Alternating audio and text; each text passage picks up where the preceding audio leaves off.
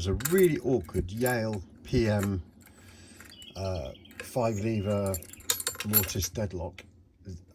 This is the same configuration as the Union strong bolts, and this particular lock has been proving a little tricky to open, and I've been trying to work out why. So I've popped a scope inside there, and you can see the scope's screen there behind, and the key has got quite a lot of high lift levers on there.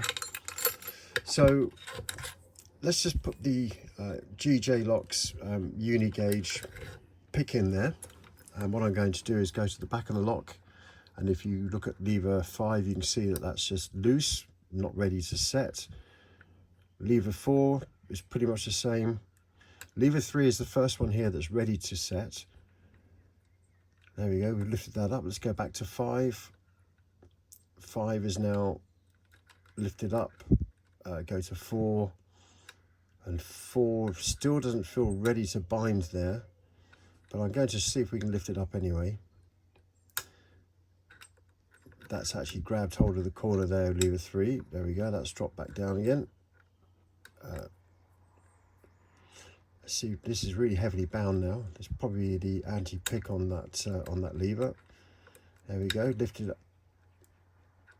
It's now hanging on its anti-pick. Let's lift 3. There we go, there's 3. And there's 4.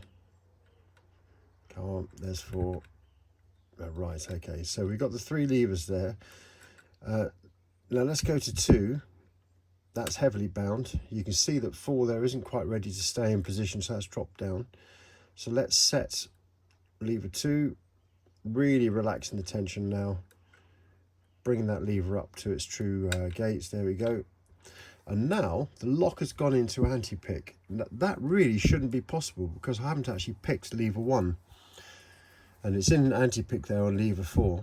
And the reason this has gone into anti-pick is if you look at the gap between the side of the bolt stump there and the case, it's almost 1 lever width of gap there.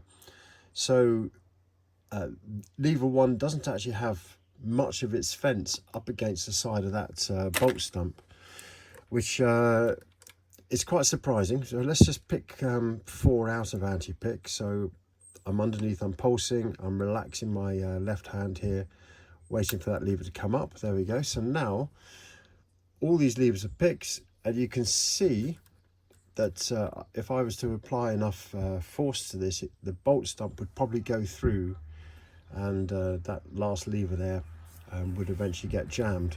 So let's go to underneath 1 here, and we'll lift that up. It's a very strange feeling. It doesn't actually feel like it's rubbing, the fence of the lever's rubbing on the bolt stump at all.